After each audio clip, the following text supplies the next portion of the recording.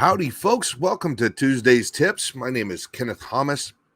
On Tuesdays, I like to go live for a little bit and share some knowledge and tips and tricks about photography, video, and lighting. I do have a Bachelor of Fine Arts in digital photography, so that's where I gained a lot of my knowledge and experience. I also work part-time as a professional photographer. I'd love to do it full-time, but the economy the way it is, and with COVID and everything else, it just makes things a little difficult. So I'm sharing my love of photography with you folks, and hopefully you guys are getting some benefit out of it. Now, one of the things that I have been talking about is there's a lot of different features that are built into cell phones these days. And a lot of people look at it and they're like, okay, well, I don't know what this does. I have done previously a video on a Tuesday's Tips about portrait mode. This time I want to talk about food mode, because I know a lot of people love to share images about what they're eating or the dishes they've made or something that's fabulous at a restaurant. And you go to take the picture and you may notice, like my phone, it goes, hey, this looks like food. Do you want to use food mode? So your phone may be doing that. I use a Samsung Galaxy. Your phone may not do it automatically or automatically suggest it, but basically what it's doing is it's creating in the center of the picture a clear area, and then it has it blurs everything else out. So it gives you this center circle that you can use to highlight your food, and that would allow you to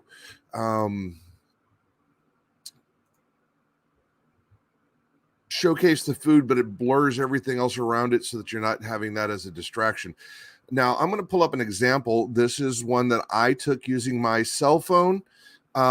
This is the lemon dill tilapia that Jessica and I made for a Foodie Friday. And, or actually, no, that wasn't Jessica. Jessica didn't really help with that one. That was my daughter Freya and I did this. Now, I used the food mode on this. Now, if you look at the edges of the plate, you'll see how it's blurry and where the food is clear. So that kind of gives you an idea of how you can use this to have everything else kind of be not in focus, so it's not really distracting or as essential to the photograph, and it leaves the food clear. Now, one of the reasons that this kind of a mode exists, just like portrait mode, these cameras are simulating what an actual lens would do on a DSLR or an SLR camera. Now, what I mean by that is that depending upon how you set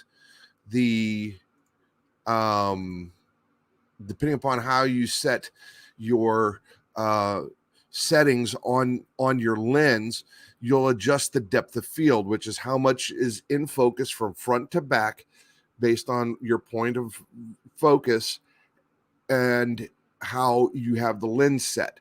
So using those kind of cameras, you're able to actually set what's going to be in focus and what's not.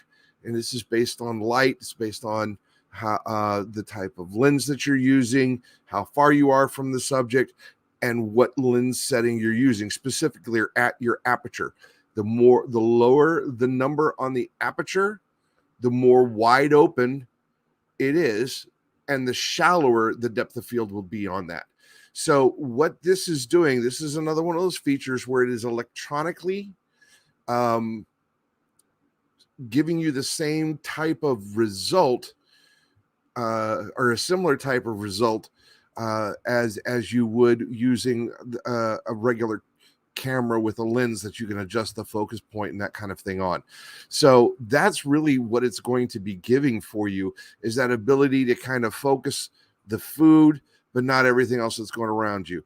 Just like with the portrait mode, where it focuses on the subject and not everything else that's around, everything else kind of gets blurred. Now you will notice this is not perfect depending upon where you are, because this gives you a set circle that is going to be clear and everything else is going to be blurred. So depending upon how you're set up to take the picture, it may not work as well for you. But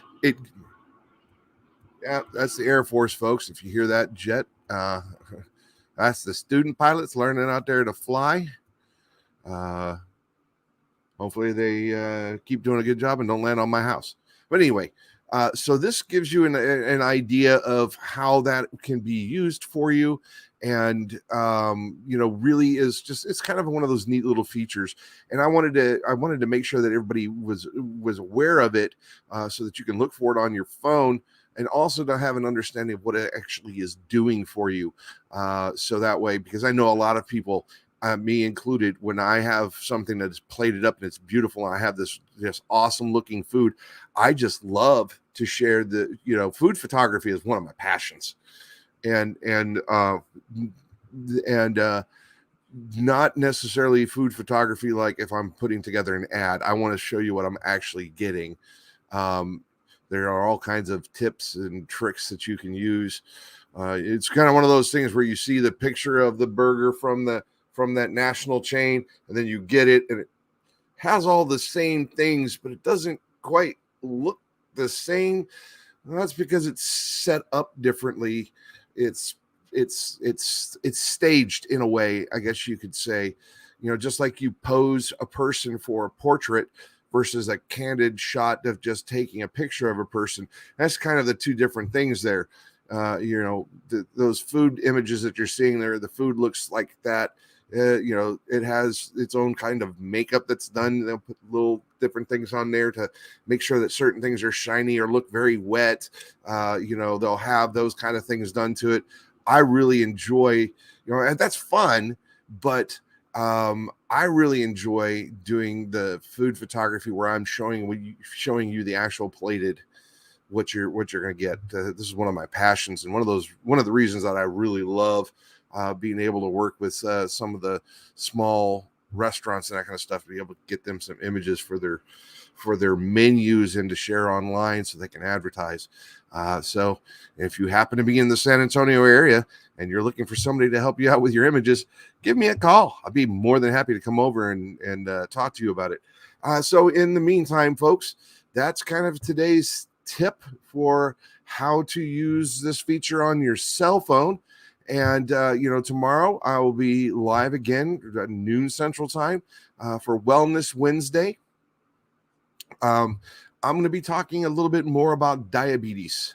I've talked about metabolic syndrome. I've talked a little bit about it, but I want to talk a little bit more about some of the key things that you need to pay attention to as you are getting older, and some of the things that you may be facing. So tomorrow I'll be talking about diabetes on Wellness Wednesday. And then, of course, Thursday's Thoughts will come up on Thursday, and then Foodie Friday on Friday. And, I hope to see you guys there for that. So in the meantime, peace, love, and photography. And remember, everything can make a beautiful image, including you. Have a great afternoon.